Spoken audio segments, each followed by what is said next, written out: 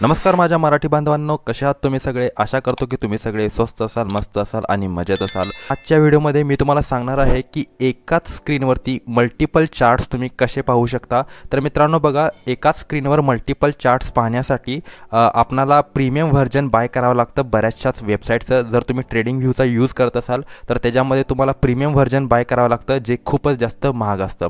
पण मित्रांनो, आज मी तुम्हाला दाखवणार आहे की एकदम फ्रीमध्ये तुम्ही कशा पद्धतीने ह्या फीचरचा ह्या ठिकाणी वापर करू शकता। ह्या अगोदरसुद्धा मी एक असाच व्हिडिओ मित्रांनो ह्या ठिकाणी बनवलेला होता।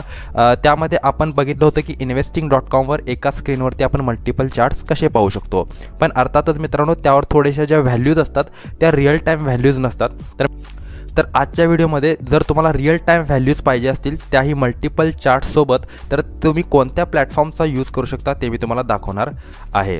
तर चला मित्रांनो, जास्त वेळ न दवडता सरळ आपण व्हिडिओची सुरुवात करूया। तर मित्रांनो बघा, ज्या पोर्टलचा मी ह्या ठिकाणी उपयोग करणार आहे तो आहे तुमचा ब्रोकरचा पोर्टल, म्हणजेच मी अपस्टॉक्सचा यूज करतो। तर ह्या ठिकाणी मी अपस्टॉक्सचा पोर्टल ह्या ठिकाणी वापरत आहे।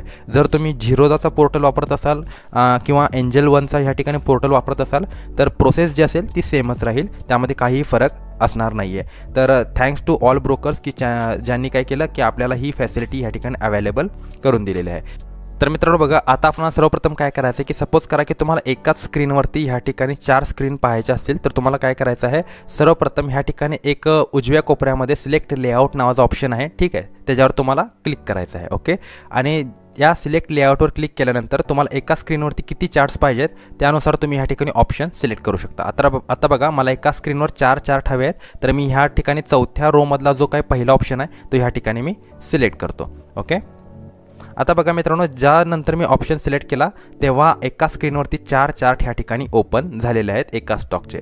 आता मित्रांनो बघा, आपल्याला काय करायचं आहे की सपोज करा की तुम्हाला प्रत्येक स्क्रीनमध्ये वेगवेगळ्या स्क्रिप्ट ॲड करायच्या असतील तर तुम्ही त्या कशा करू शकता। आता सपोज करा की ह्या पहिल्या चार्टमध्ये मला काय करायचं आहे, इथे TCS स्टॉक ह्या ठिकाणी काय करायचं आहे, ॲड करायचं आहे। तर मी ह्या ठिकाणी सिम्पली त्या चार्टवर क्लिक करेन आणि TCS हा ऑप्शन सिलेक्ट करेन, तर ह्या ठिकाणी TCSचा चार्ट ओपन झाला।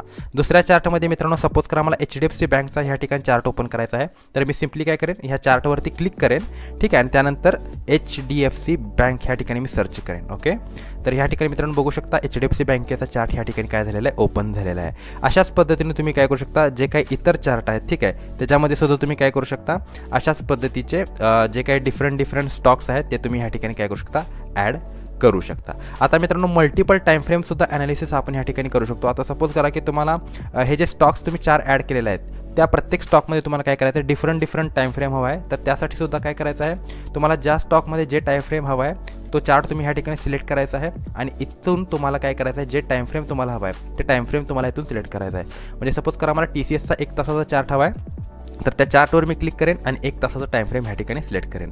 HDFC बँकेचा मला सपोज करा डेली चार्ट हवा आहे किंवा सपोज करा वीकली चार्ट हवा आहे, तर ह्या ठिकाणी मी काय करेन, त्या चार्टवर क्लिक करेन आणि टाइम फ्रेम वीकली करेन। ओके, तर मित्रांनो, आता हा लेआउट तुम्हाला सेव्ह करायचा असेल, म्हणजे प्रत्येक वेळेला तुम्ही ज्या वेळेला लेआउट ओपन कराल त्यावेळेला डायरेक्ट 4 स्क्रीन तुमच्यासमोर ओपन व्हायला हव्या असतील तर ह्या ठिकाणी तुम्ही हा लेआउट काय करू शकता, सेव्ह सुद्धा करू शकता। आता तो कसा सेव्ह करायचा आहे, ह्या ठिकाणी सेव्ह नावाचा ऑप्शन आहे, ह्याच्यावर तुम्हाला काय करायचं आहे, क्लिक करायचं आहे आणि ह्या ठिकाणी न्यू चार्ट लेआउट असा ऑप्शन येईल, तेथे तुम्हाला काय करायचं आहे, ह्या ठिकाणी तुमचा जो काही लेआउट आहे त्याचं नाव तुम्हाला टाईप करायचं आहे। आता ह्या ठिकाणी मी काय करतो, ह्या ठिकाणी मल्टिपल स्क्रीन असा ह्या ठिकाणी काय करतो, लेआउट मी ह्या ठिकाणी सर्च करतो। ओके, आणि सेव्हवर क्लिक करतो। आता मित्रांनो बघा, आपला जो काही लेआउट आहे तो ह्या ठिकाणी काय झालेला आहे, सेव्ह ह्या ठिकाणी झालेला आहे। आता सपोज करा मला पुन्हा हा लेआउट ओपन करायचा असेल तर मी काय करेन, तर आपल्याला ह्यासाठी सिम्पली काय करावं लागणार आहे, सिम्पली ह्या ठिकाणी सेव्हच्या ऑप्शनवर आपल्याला क्लिक न करता बाजूला जो ॲरो ऑप्शन आहे मॅनेज लेआउटचा त्याच्यावर तुम्हाला क्लिक करायचा आहे। ह्या ठिकाणी लोड लेआउटवर तुम्हाला क्लिक करायचं आहे आणि ह्या ठिकाणी बघा मल्टिपल स्क्रीन हा लेआउट आलेला आहे, त्याच्यावर तुम्हाला काय करायचं आहे, सिम्पली ह्या ठिकाणी